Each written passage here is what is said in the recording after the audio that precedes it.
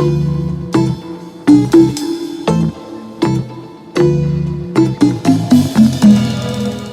this is Carolyn Holzman, and welcome to Confessions of an SEO. These are my experiences in SEO, both as an SEO and as an SEO tester. This isn't going to be telling you what somebody else says about SEO. I believe in first-hand experience to understand Google. I watch their feet, especially as you will find in today's episode. So if you are an independent or agency SEO, I get you. And business owners or stakeholders who struggle to keep up on the SEO front but don't want to show it. For many years, I was a local business owner, and I understand the frustration that can come with being in charge. But I hope you'll find something in here that will help you understand your SEO team. Many thanks to Confessions testing and research sponsor, the dental marketing guy, Justin Morgan. He owns and manages a marketing and service firm for dentists. And you can find him by searching for The Dental Marketing Guy, or you can click the link in the description. Now let's get started. Welcome to Season 2, Episode 43. We do not have any time today to waste, so there's a lot to share. And this show may have a little tactical component to it, maybe more than usual, and I hope you'll enjoy this as much as I do. Indexation. What the hell? There, that's it. It's a train wreck, and we're all rubbernecking on the internet highway, slowing down to look at it, and there's nothing we can do. Okay, I can't just leave you there all scared, maybe with a little low blood sugar. All right, October 10th was the day when the bottom fell out of the index. It wasn't anything that Google announced. It's based on what happened in the indexation test and reinforced by a lot of other data that I've seen on other sites where there were some things that were happening on October 10th. So, you see, I have this running research project where I toss new content at the Google wall, and then I note the dates and times and watch to see how long it takes for new content to index in two ways. One is the simple HTML rendering, and the second one is the JavaScript, which is like a second pass rendering that Google does. Now, if you don't know what those are, you can, let's say for the simple, it's where you can see the word and the source code of a page. You can read it as plain as day. And Google will crawl, and nothing else has to happen for Google to add it to their, I'm going to use Air Bunnies, protocol buffers. You might think of that as the permanent record of your content on that URL. By the way, that is why you really don't want to change your URLs if you can help it. Because when you do, even if you program it to forward over to the new URL and you didn't change anything else maybe on that page, even though they're identical, you will take a hit because now that entirely different page, even if, again, all you did was change the URL, it's a completely different page. So it's going to have its own permanent record. Okay, so getting back to the second type of testing, it's the JavaScript. That's the second pass rendering. And it's where Google takes literally a second pass at the same page and anything that's in a script. Think anything in JavaScript, schema, iframes, anything like that. Then Google does everything that script tells the browser to do to finish out creating all the content on your page and add it to your permanent record. So by placing two test keywords on each test page, which by the way is filled with beautiful and unique content, if I can find that page by either its keyword or keywords, then I have some level of certainty that the content has made the journey all the way from published to indexed to served. Yes, if you heard that as an unfamiliar phrase, served, in the context of content on Google, you would not be alone. My job, as I see it, is to help make it more common in usage so we as professional SEOs can become more facile with indexation, and that being indexed, hang on to your hat, does not mean your content can be found by its keywords. And apparently, I have an entire site worth of data to prove it. You heard that right. I have content that in Search Console, this is where Google tells us what it knows about our content. When I do a URL inspection, by the way, if you're not deep into monitoring the performance of a website, some of this episode may sound a little jargony. My apologies in advance. Okay, but if you're in the Search Console, you can look up on a URL by URL basis and check and see if that page is indexed. Now, as an SEO tester, all of us have had to get really good with dealing with indexation, or more as we encounter it, non-indexation states of our test pages. But you know what makes me happy? This time around, I had a full site of indexed and served content before heading into the fall. You can think of it as it was like a boat loaded with lobsters heading into a storm, which brings me back to October 10th. Now, in the morning, newly published content was found by its keywords, and by nightfall, they had disappeared into the mist. Gone. Like a puff of smoke. And it was like in the Indiana Jones movie, specifically The Last Crusade, when Indy tries really hard to hang on to Elsa's leather glove, only for her hand to slide out of it, and she fell into the abyss. Well, the content is good, but it's not really that good. But when you spend so much time looking at indexation data, bots, and content, you get attached.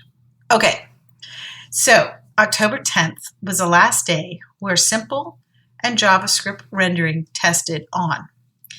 Now, if you aren't already a subscriber, I do publish a short daily video report on the status of this indexation test, the observations, what bots are crawling and how many and which ones, and are we getting a new one?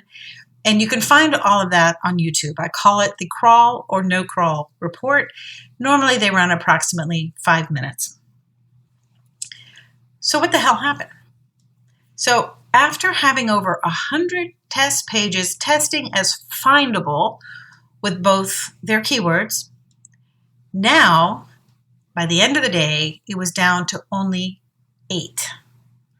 Sigh. The homepage, 3 category pages, and 4 test pages. Now, the category pages, those things were ranking by the keywords of the pages that were in that category. But the same keywords that previously had ranked the pages individually wasn't ranking them anymore. It was only ranking the category page. So I had one question. What madness is this? Now, I'll be honest. I was a little shocked. And then I realized that this was just like last year, except last year, I didn't have the already indexed content to be able to see it happen. It was the reason why I started testing daily in the first place. Last year, SEO testing this time of year was dead in the water, and we didn't know why. So what does this mean? How do I describe this? What makes Google reassign a keyword? Is Google broken, or is Google broke? Hang with me here. Google is part of Alphabet, which is a publicly traded company with stockholders, which I understand that due to something called the business judgment rule, they have to consider their stockholders' equity more than their own customers, which are us, and their employees. Now, does anybody else find it odd that this always seems to happen in Q4?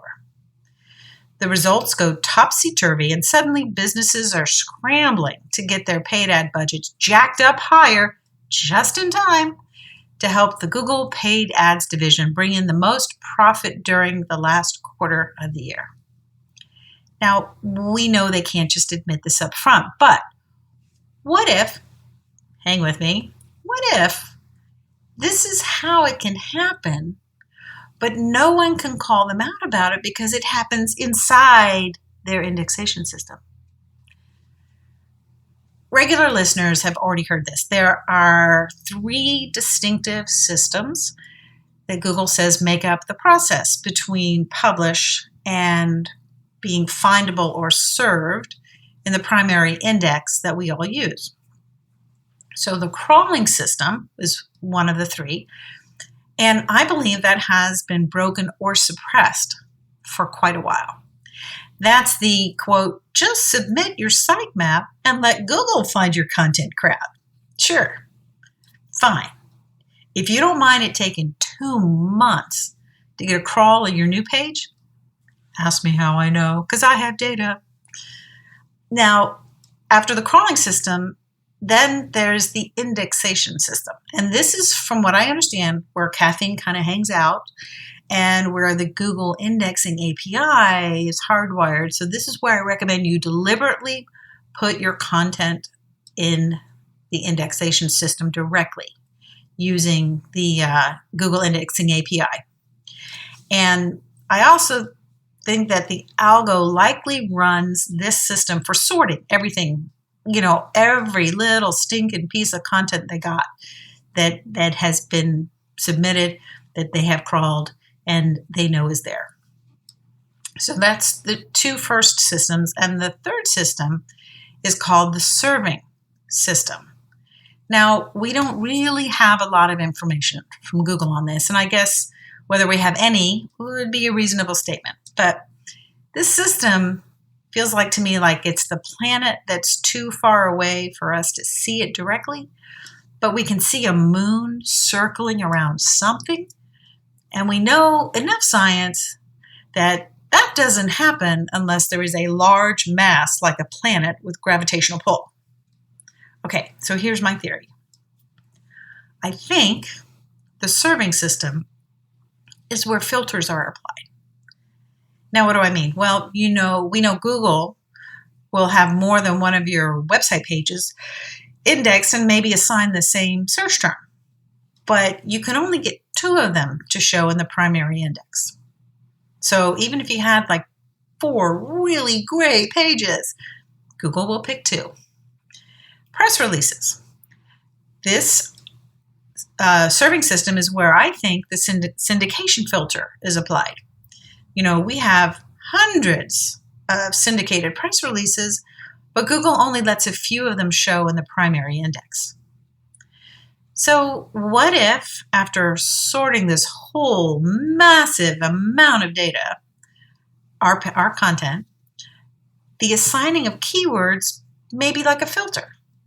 You have to pay the price of admission for your keyword or your topic to get in. Now remember, for various keywords and topics, the price of admission is going to change based on how we all optimize our pages, right? So there's no set point where admission has been paid.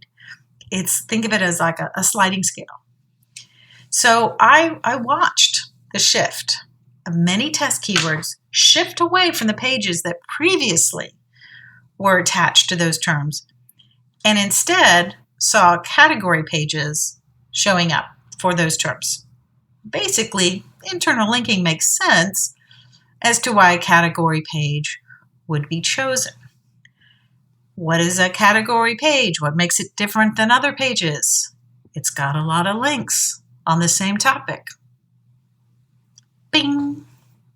Okay, now I've never witnessed this event before. Now, I'm not saying that this is the first time it has occurred. I'm saying thanks to the previously served content, this is like discovering a planet that was already there that we couldn't see.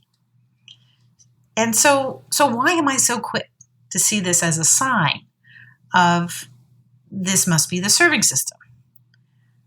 Well, for one thing, Search Console.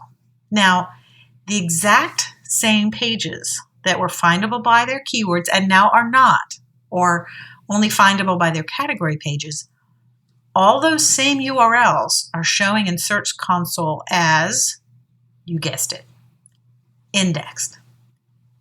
Indexed!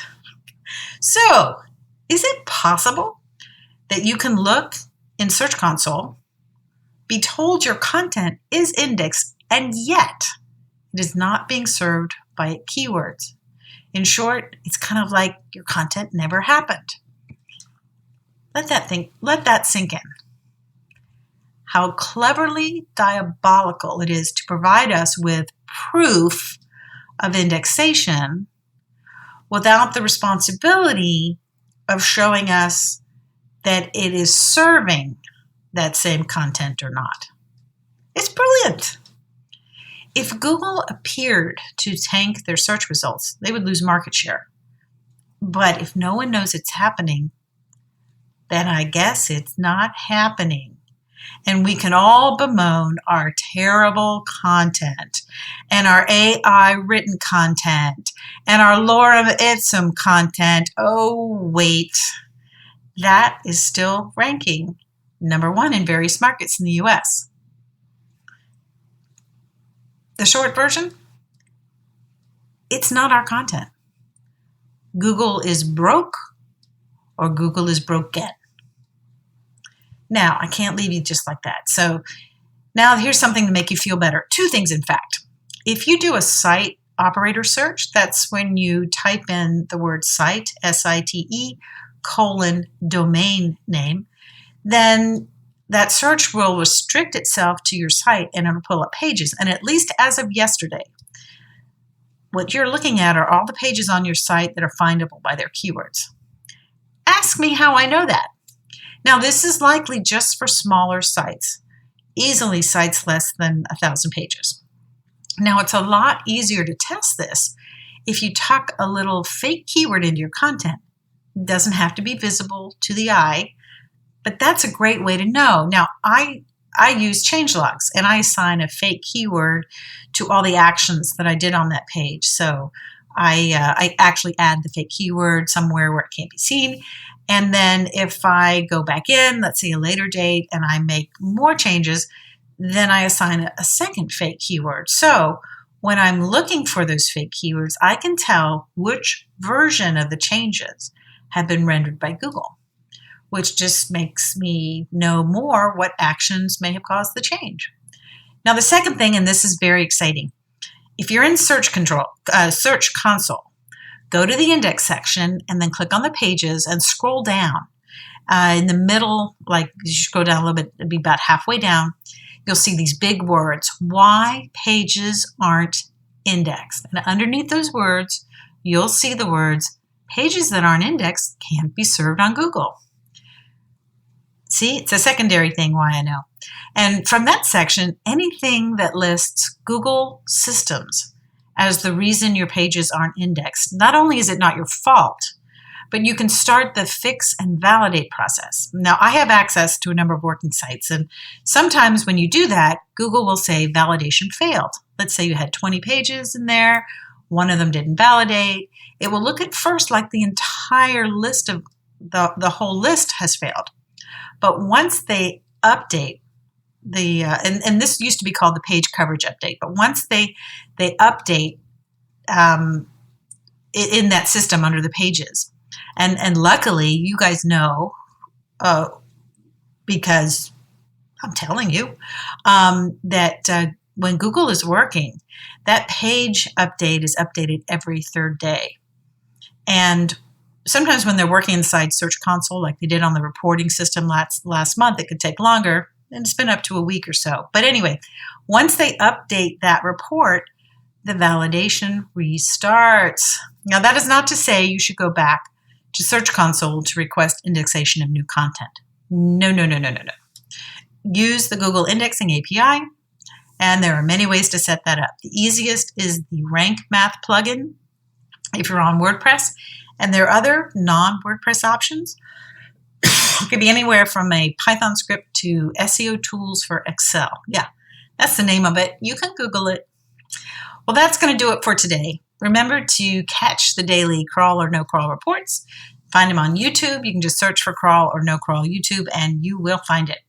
Thank you for being a listener. Thank you to all the sponsors of Confessions that help support this work and research for themselves and others. And a special shout out to Justin Morgan. If you would like to support this podcast and SEO research as well, there'll be a link in the description.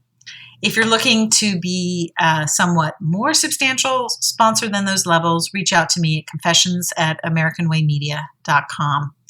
If you haven't settled for one source on your podcast, you can just Google Confessions of an SEO. You cannot miss it. It's been my pleasure to be with you. Thank you for your time, and I'll see you in the service.